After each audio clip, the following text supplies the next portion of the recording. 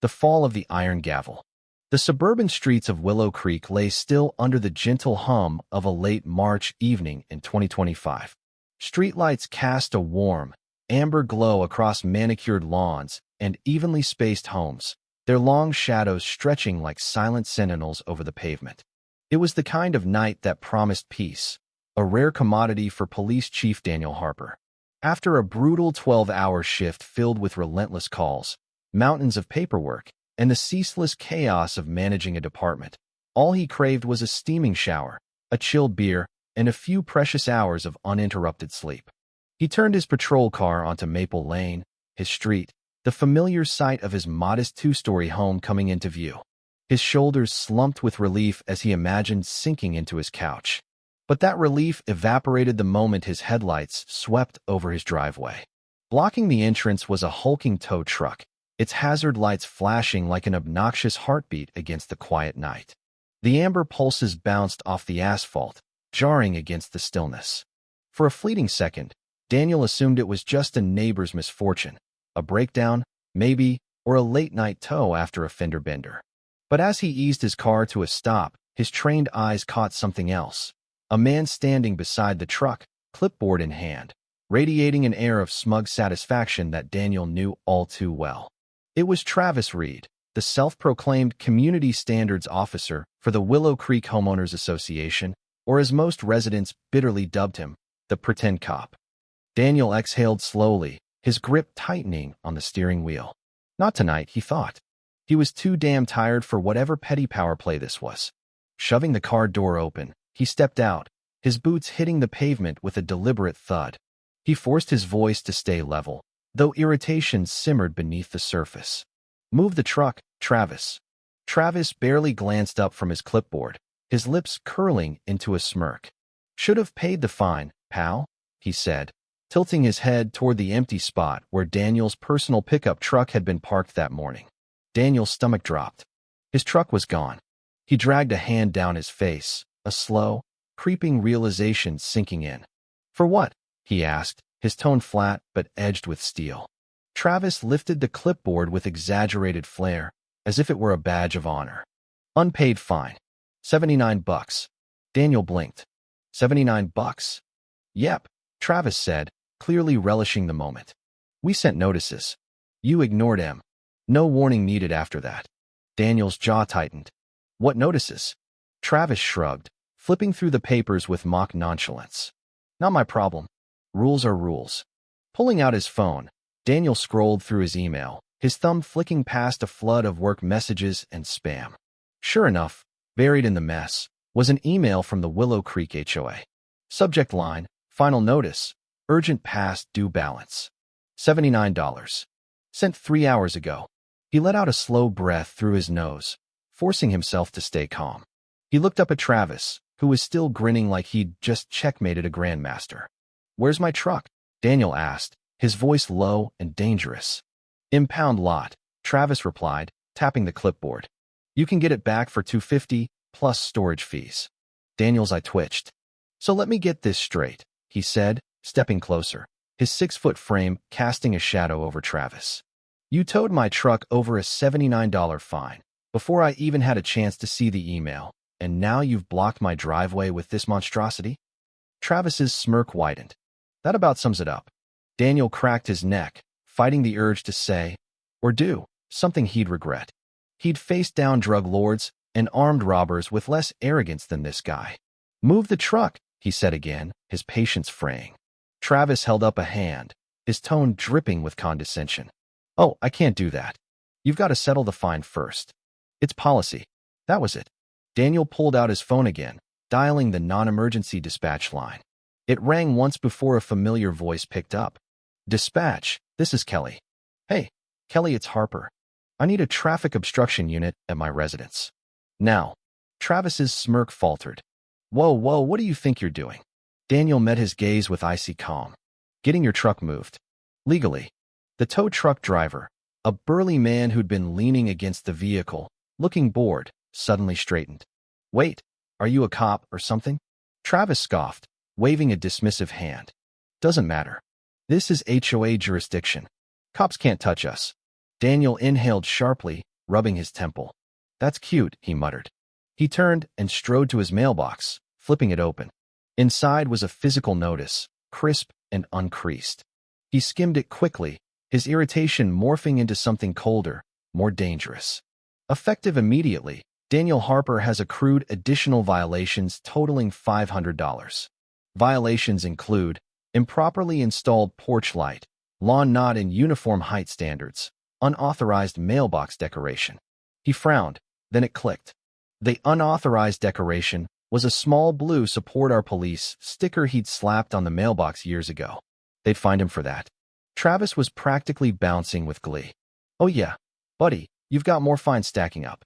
This is just the beginning. You homeowners think you own this place, but we run this neighborhood." Daniel turned back to him, his expression unreadable. "You run this neighborhood?" Travis crossed his arms, puffing out his chest. "That's right. So you better play by the rules." Daniel exhaled slowly. "Got it." Travis seemed to think he'd won. "Good. Now, if you want, I can waive some of those extra fines if you pay tonight." "Don't bother," Daniel cut in, stepping back toward his patrol car. "I've got a better idea." Travis frowned. "What are you?" Before he could finish, red and blue lights flooded the street. 2 squad cars rolled up, their engines purring as they parked. 2 uniformed officers stepped out, Sergeant Michael Torres, a broad-shouldered veteran with a no-nonsense demeanor, and a younger cop, Officer Jenna Brooks. Torres shot Daniel a puzzled look. "Chief, what's going on?" Travis's face paled. Daniel crossed his arms, a faint smile tugging at his lips. "Oh, didn't I mention? I'm the chief of police." Travis swallowed hard. The tow truck driver froze, his eyes darting between Daniel and the officers. Daniel gestured toward the truck. "This vehicle's obstructing my property. I'd like it removed." Immediately, Torres turned to Travis, his tone all business. "You got a permit for this tow?" Travis fumbled with the clipboard. It's HOA policy, sir." Torres raised an eyebrow. "Policy isn't law. You've got no legal authority to impound a vehicle without city ordinances." Daniel inhaled sharply, fighting a smirk. "You were saying something about running this neighborhood?" Travis opened his mouth, then closed it again. The smugness was gone, replaced by a deer-in-headlights stare. The silence stretched, heavy and satisfying. Travis's confidence drained away like water down a sink. The tow truck driver shifted uncomfortably, clearly regretting his life choices. "Let's go ahead and get that truck moved," Torres said, his voice cool but firm. Travis hesitated. "You can't." Daniel cut him off. "I can. And I just did." He turned to the driver. "I assume you'd rather avoid legal trouble. Move it." The man didn't need convincing. He scrambled into the cab, fired up the engine, and reversed down the street with a speed that suggested he'd never driven faster. Travis clutched his clipboard like a lifeline. "You still have to pay the fine," he said weakly, clinging to his last shred of authority. Daniel took a slow step forward, his voice low. "Let me explain something to you, Travis. Policy isn't law. You don't have the authority to seize a vehicle. You don't have the power to block my driveway. And you sure as hell don't get to play enforcer when you've got no legal jurisdiction." Torres scoffed. "No, he doesn't. And if you'd done your job right, you'd know that." He turned to Brooks. "Run the tow company's permits. Let's see if they're operating legally." Travis took an involuntary step back. "Wait." Brooks returned a moment later, shaking her head. "Permit expired 6 months ago." Daniel's lips twitched into something dangerously close to amusement. "So not only was my truck illegally towed, but you've been using an unlicensed company to enforce your HOA rules." Travis's breathing quickened.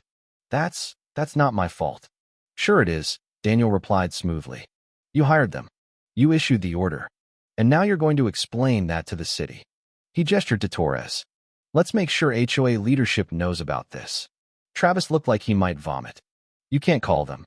"Oh, but I can," Daniel said, pulling out his phone again. "And I will." Daniel dialed a number he'd memorized long ago, not out of fondness, but necessity. The line rang twice before a slick, measured voice answered. "Nathan Pierce speaking." "Chief Harper, to what do I owe the pleasure?" Nathan Pierce was the president of the Willow Creek HOA, a man who wielded charm like a blade, sharp, precise, and always cutting to his advantage. Daniel had dealt with his type before, polished, calculating, and convinced their influence trumped any law. I'm standing outside my house, Nathan, Daniel said, skipping pleasantries. Your compliance officer just had my truck illegally towed. You want to explain why your HOA thinks it's above actual law enforcement? A pause lingered on the line, just a beat too long. I see, Nathan finally said, his voice tight. I'm sure this is just a misunderstanding. Oh, I'm sure, Daniel replied dryly. Which is why I'd suggest you get down here. Now. Nathan hesitated, then sighed. I'll be there shortly. Daniel hung up and turned back to Travis. You might want to stick around for this. Travis, pale and sweating, nodded stiffly. The grin he'd worn minutes ago was a distant memory. 15 minutes later, a sleek black SUV pulled up, its glossy finish catching the streetlights. Nathan Pierce stepped out, dressed in a crisp button-down and slacks, his every movement deliberate. His calm demeanor was a mask, but his eyes, sharp and assessing, betrayed the mind working overtime behind it. Chief Harper, he said smoothly, offering a professional nod. I apologize for the inconvenience. I assume we can handle this without unnecessary escalation. Daniel crossed his arms. That depends. Are you planning on fixing this mess, or should we escalate? Nathan's eyes flicked to Travis, who looked like he wanted to sink into the pavement. Travis, he said, his voice cool but edged with steel. Is there something you neglected to tell me? Travis stammered. I was just following policy. Nathan sighed, rubbing his temple. And did policy include using an unlicensed tow company to remove a police chief's truck? Travis deflated.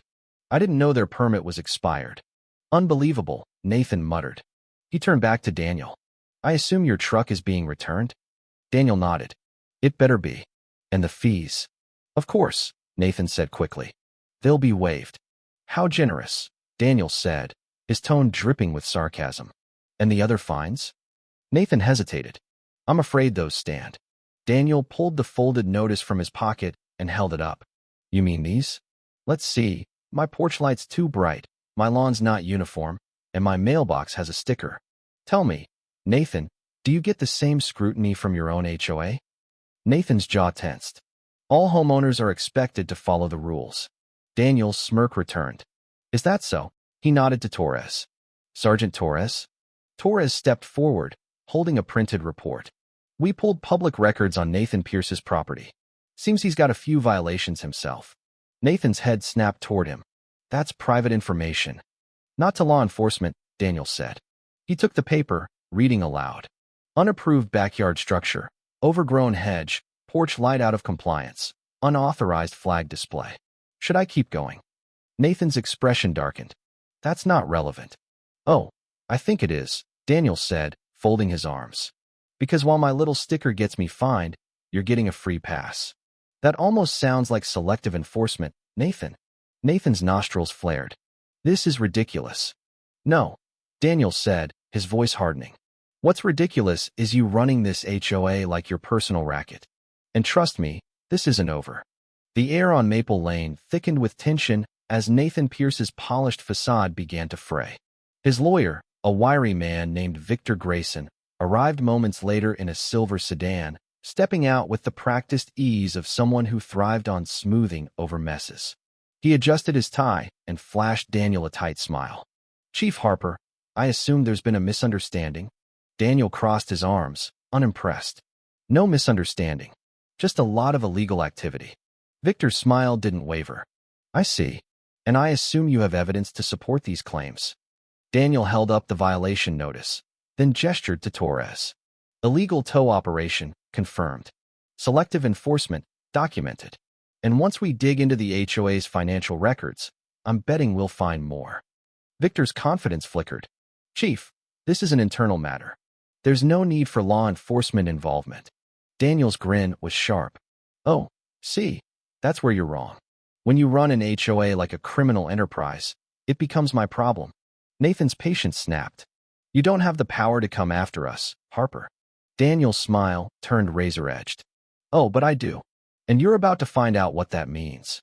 Travis, still clutching his clipboard, took a shaky step back, his earlier bravado a distant memory. The squad car's lights pulsed steadily, casting an eerie glow over the scene. Neighbors had started to peek out from their homes, curtains twitching, porch lights flicking on. The tow truck was gone, but the damage was done. This wasn't just about Daniel's truck anymore. It was about something bigger. Torres turned to Daniel, keeping his voice low. "Chief, we should run a background check on the HOA's financials. If they're using unlicensed tow companies, who knows what else they're hiding?" "Do it," Daniel said, his eyes locked on Nathan. Nathan took a sharp step forward. "You have no right." "Watch me." Daniel cut him off, his tone icy. Torres was already on his radio, coordinating with the fraud division.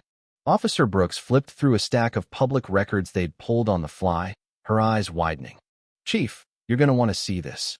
Daniel took the papers and scanned them. A dark chuckle escaped his lips.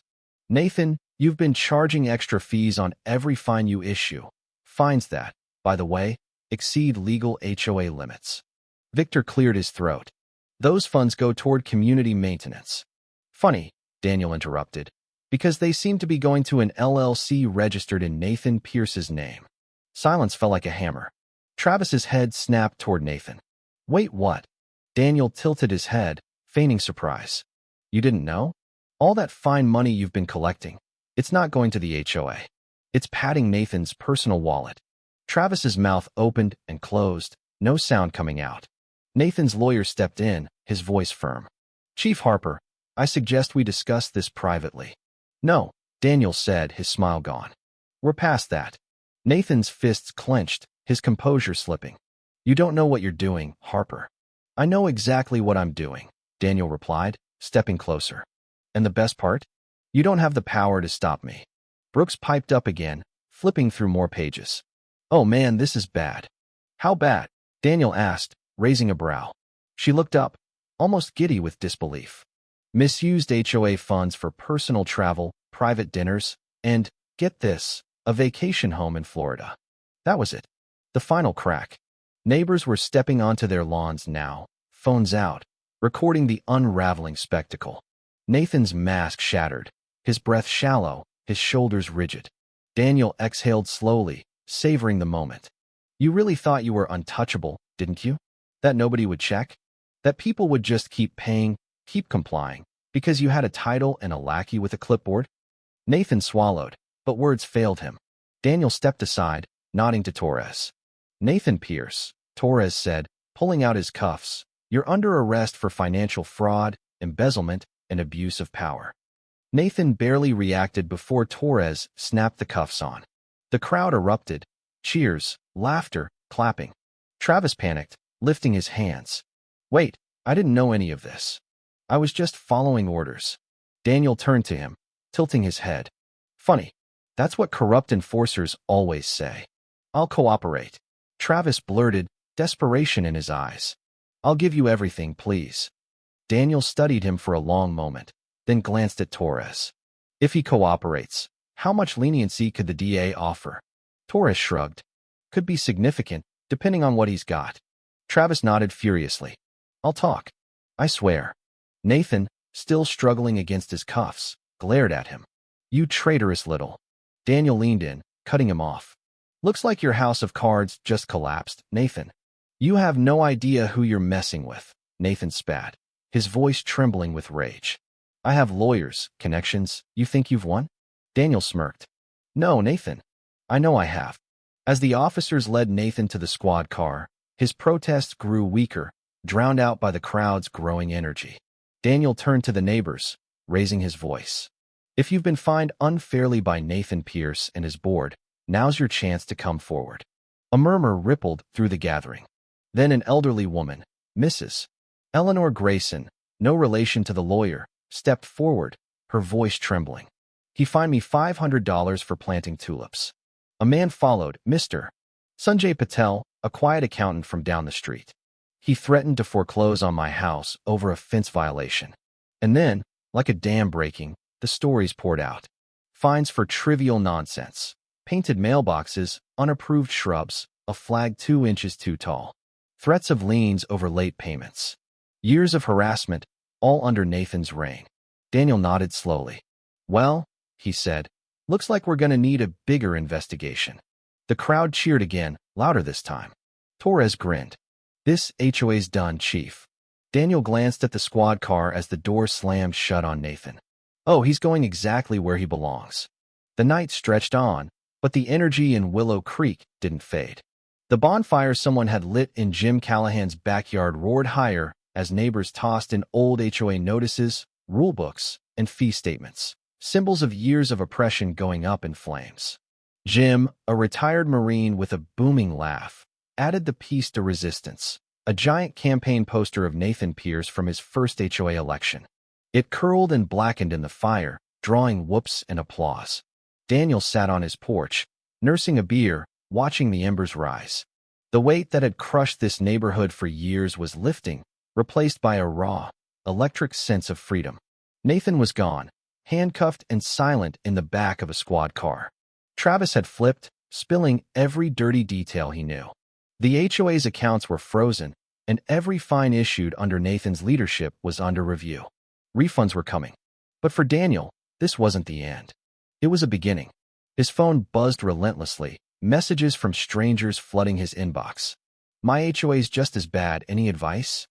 This takedown was epic. Please tell me you're doing more. HOAs are out of control. Someone needs to stop them.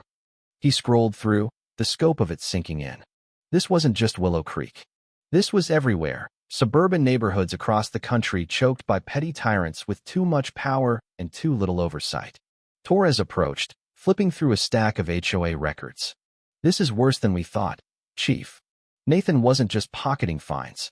He was paying off the board, funneling money into fake maintenance fees. None of it went to repairs. Daniel nodded. No surprise there. What's next? State's taking over, Torres said. Fraud investigations expanding. Every fine gets reviewed, likely refunded. The crowd gasped, then cheered as the word refunded hit the air. Mrs. Grayson covered her mouth, tears in her eyes. I thought I'd never see that money again. Sanjay Patel clenched his jaw. That man tried to ruin lives. Now look at him.